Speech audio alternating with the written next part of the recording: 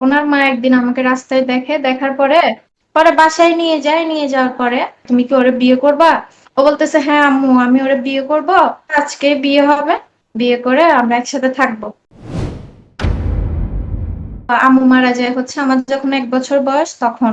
তো আব্বু আরেকটা বিয়ে করে। তো ওই আম্মু যিনি সৎমা আমাদেরকে ভালো পাইতো না, মারধর করতো। আমার 2020 সালে একটা ছেলের সাথে পরিচয় হয়, পরিচয় হওয়ার পরে এভাবে কথা চলতেছিল। এই 6-7 মাস কথা বলছি আমরা, এই একসাথে ঘোরাফেরা করতাম। তো ও অনেক ভালো ছিল, সবাই ওরা অনেক ভালো জানতো, আমাদের এলাকায় বাসায় সবাই ওরে চিনতো। বাট আমি কথা বলতাম যে এটা ভালো করে কেউ জানতো না। তো এরকম হচ্ছে সবকিছু চলতেছিল। আমার বড় আপু আবার সব জানতো। তো এখানে যে আমরা যে এলাকায় থাকতাম আর কি, ওনারা মানে আমাদের ফ্যামিলিও ওদের ফ্যামিলিকে চিনতো, ওদের ফ্যামিলিও আমার ফ্যামিলিকে চিনতো। যার সাথে কথা বলতাম আমার বয়ফ্রেন্ড, তো ওনার মা একদিন আমাকে রাস্তায় দেখে, দেখার পরে বলে কি যে তোমার সাথে আমার কথা আছে। পরে বাসায় নিয়ে যায়, নিয়ে যাওয়ার পরে কথা বলে যে তুমি আমার ছেলের সাথে কেন কথা বলো, টাকা পয়সার জন্য নাকি অন্য কিছু, বা কি আসল বিষয়। পরে যার সাথে কথা বলতাম আমার বয়ফ্রেন্ড, ওনার সাথে কথা বলে যে তুমি কি ওরে বিয়ে করবা? ও বলতেছে, হ্যাঁ আম্মু, আমি ওরে বিয়ে করব। পরে এগুলা বলছে, পরে বলার পরে কথা বলতে বলতে রাত 10টা বেজে যায়। পরে এখন আমি চিন্তা করতেছি বাসায় কিভাবে আসবো। পরে আমার বয়ফ্রেন্ড বলতেছে যে বাসায় যেতে হবে না, আমি বিয়ে করে ফেলবো, বিয়ে করে আমরা একসাথে থাকবো, সবকিছু মেনে নিবে। বলতেছে আজকে বিয়ে হবে। ওনার আম্মা বলতেছে যে আজকে কেমনে বিয়ে হবে, আজকে থাকুক ও আমার সাথে, কালকে সকালে বিয়ে হবে। তো আমার তখন চিন্তা করলাম যে আমার যেহেতু আম্মু নাই, আম্মু ছোটবেলায় মারা গেছে, আমার যেহেতু সৎ মা, তো আব্বু বাসায় থাকতো না, উনি মারধর করতো বা ঠিক মতো আমাদেরকে দেখাশোনা করতো না। তো সে পর্যায়ে আমি চিন্তা করলাম যে না, ওই ছেলেটা তো ভালো, ওর সাথে কথাবার্তা বলে জানতে পারছি, আর এলাকায় সবাই ভালো জানে। তো চিন্তা করলাম যে মানে আমি তো বাসায় এরকম এরকম কষ্টে আছি, তো ওর সাথে হয়তো বা আমি ভালো থাকতে পারবো, ও আমাকে ভালো রাখতে পারবে। পরে ওই কথাটা চিন্তা করে আমি ওই দিন আমার বয়ফ্রেন্ডের বাসায় ছিলাম ওনার আম্মার সাথে। তো পরে তারপরের দিন সকাল হয়। পরে ওই দিন রাত 8টায় উনি নিয়ে গিয়ে হচ্ছে বিয়ে টিয়ে সব করাইছে। বিয়েটা হয়েছে 2020 সালের অক্টোবরের 4 তারিখ, কাজী অফিসে বিয়েটা হয়। তো এখানে আমাদের কাজী অফিসে বিয়ে হয়, ওইখানে আমার ফ্যামিলির কেউ ছিল না। হাজবেন্ড ছিল, আমি ছিলাম, তারপরে আমার ওই শাশুড়ি ছিল, উনি সবকিছু করাইছে, বিয়ে সাক্ষী সবকিছু উনি। আমার ফ্যামিলির কেউ ছিল না ওখানে। তখন ওইখানে সংসার শুরু করলাম। এরপরে এদিক দিয়ে একটা কথা চিন্তা করে আসলাম যে আম্মা যেহেতু মিসবিহেভ করে আমার সৎমা, তো ওই কথাটা চিন্তা করে আসছি। কিন্তু ওই দিন রাতে ভাইয়া এবং আব্বু আমরা অনেক আদর করতো। তো দুইজনের জন্য মানে অনেক খারাপ লাগতেছে।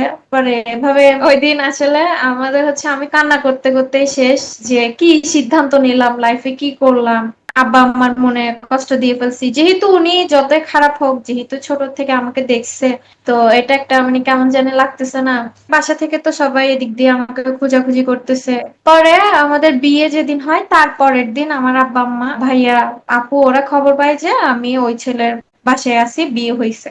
তো বিয়ের পরের দিন যখন আমার বাবা মা জানে যে আমি এখানে আছি, এরপরে আমার ছোট আব্বু ছোট আব্বু আসছিল। আসার পরে আমরা বলতেছে কি করলা তুমি, যা হয়েছে হয়েছে, বাদ দাও, চলে আসো আমার সাথে। তো আমি তখন বলতেছি যে আমি যদি ভালো থাকতে পারি ওই ছেলের সাথে তাহলে ভালো না? ওই তো ভালো, সবাই তো তোমরা ওরা অনেক ভালো যাও। তো ওই কথা চিন্তা করে পরে আমি এখানে থেকে গেলাম। তারপরে ওনারা তখন আমার শাশুড়ি অনেক ভালো, আমাকে মেয়ের মতো আদর যত্ন করতেছে। পরে এভাবে করতে করতে একদিন দুই দিন এভাবে পার হচ্ছে। তো এরপরে বাবা মা আমার সাথে রাগ করে কথা বলতো না, মাঝে মধ্যে ফোন দিতাম কিন্তু কথা বলতো না, ওই আপুর সাথে কথা হইতো। পরে এখন এভাবে আমার শাশুড়ি ফার্স্টে ভালো ছিল, ভালো থাকার পরে এবারে আস্তে আস্তে শুরু হয় আমার সাথে ঝামেলা। উনি আমার দেখতে পারতেছে না, আমার নিতে পারতেছে না, মানে কি করবে না কি করবে। তো আমি চিন্তা করতাম যে আমার যেহেতু আম্মু নাই, উনি আমার সাথে যা করবে উনি সেটা পাবে, আমি কেন ওনার সাথে বেয়াদবি করবো। তো আমার হাজবেন্ডের তখন চাকরি ছিল না। তো এবারে আমার হাজবেন্ডের যখন চাকরি ছিল না, আমরা বলতো যে তুমি না খাই থাকবা, তোমার হাজবেন্ড যেহেতু ইনকাম করতেছে না। এবার এরকম করতে করতে ঝামেলা শুরু হয়। পরে তখন আমার হাজবেন্ড মানে আমার সাপোর্টে ছিল, মানে আমি যেমন বলি তেমন। এখন এরকম চলতেছে। পরে দেখতেছে যে শুধু ঝামেলা করতেছে আমার শাশুড়ি, এটা কেন করতেছে। আমরা স্থানীয় এখানে, আমার আব্বা আম্মার মোটামুটি টাকা পয়সা ছিল। তো আমার আব্বা আম্মা মানে কিছু দিতে হবে, ওনার ছেলের গাড়ি দিতে হবে। এখন এরকম করে করে আমার জ্বালাচ্ছে, মানে এরকম ঝামেলা করতেছে। তো এদিকে তো আমার আব্বার সাথে আমার কোনো যোগাযোগ নাই, আব্বা আমার সাথে। আমি কিভাবে বলবো এটা? তো এখন উনি এক পর্যায়ে এরকম ঝামেলা শুরু করে, আমাকে মানে এরকম জ্বালাইতে থাকে। পরে আমার বাবা খবর পাইছে এরকম আমাকে খাওয়া দাওয়া দিচ্ছে না, ঝামেলা করতেছে। পরে আমার আপা খবর পেয়ে আসলো, আসার পরে আমার শাশুড়ির বলতেছে যে আপা কি হয়েছে বা কি আসে বিষয়। পরে বলতেছে আপনাদের মেয়ে যদি রাখতে হয় আপনারা এটা এটা দিতে হবে, ফার্নিচার দিতে হবে, টাকা দিতে হবে 1 লাখ টাকা, আমার ছেলের গাড়ি দিতে হবে, একটা লাইন করে দিতে হবে, ইনকামের ব্যবস্থা করে দিতে হবে।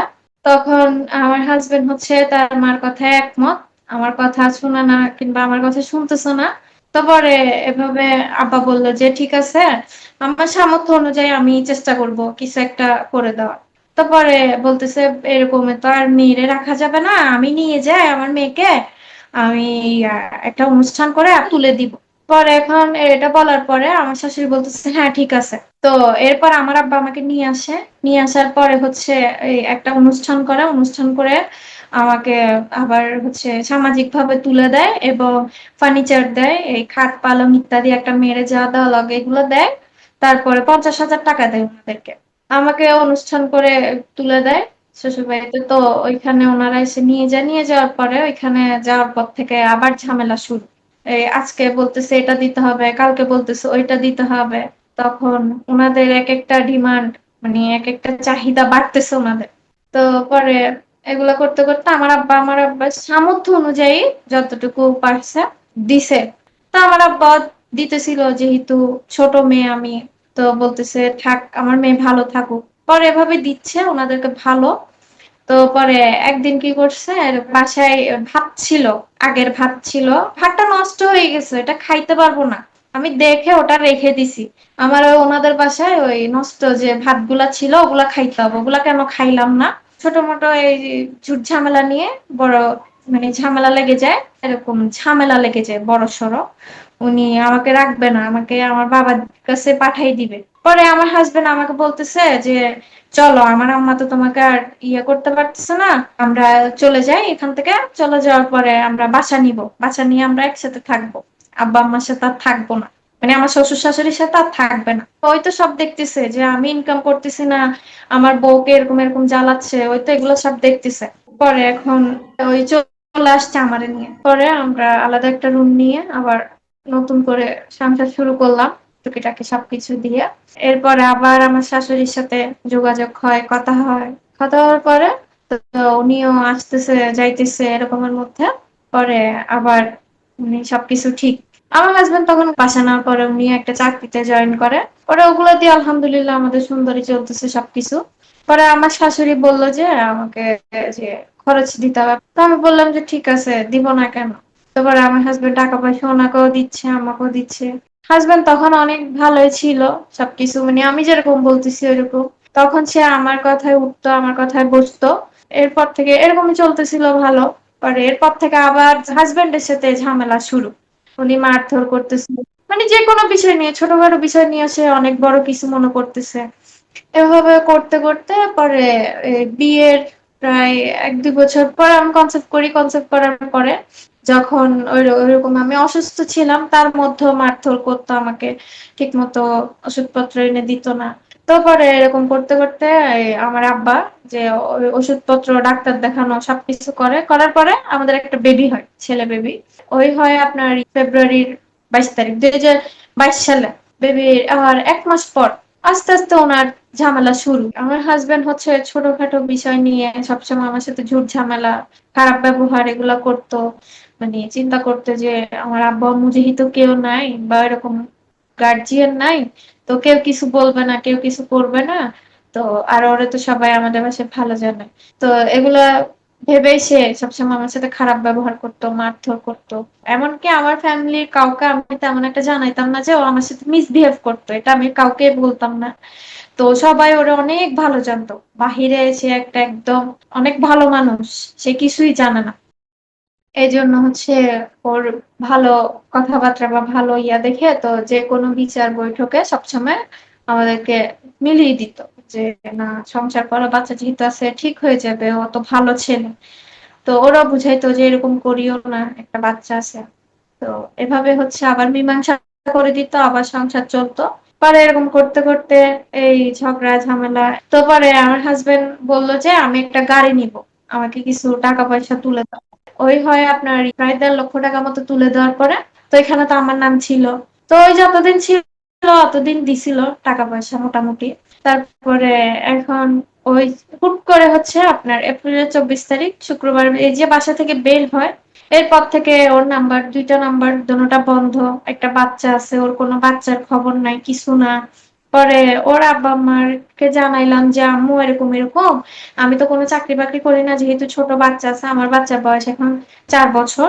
তো আমি বললাম যে আম্মু বাচ্চাটারে কে দেখবে, আমার তো নিজের মা নাই যে আম্মু দেখবে বাচ্চারা, তো এখন কি করা যায়। বলতেছে তুমি আরেকটা বিয়ে করে ফেলো, আমার ছেলে এরকম চলে গেছে, বারবার আসবে যাবে, এগুলা না করে তুমি একটা বিয়ে করে ফেলো, এটাই ভালো হবে। তো বললাম যে আম্মা ধার দেনা গুলা, এগুলা কি করবো, বলতেছে এগুলা চাকরি করে করে দিবা, সমস্যা কি।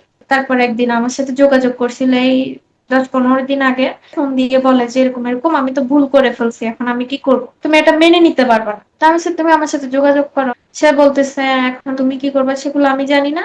পরে এটা বলে সে কল কেটে দেয়। কেটে দেওয়ার পরে এখনো পর্যন্ত সে আমার সাথে কোনো যোগাযোগ না, কোনো কিছু না, এভাবেই চলতেছে। বাচ্চা নিয়ে এভাবেই চলতেছি এখন।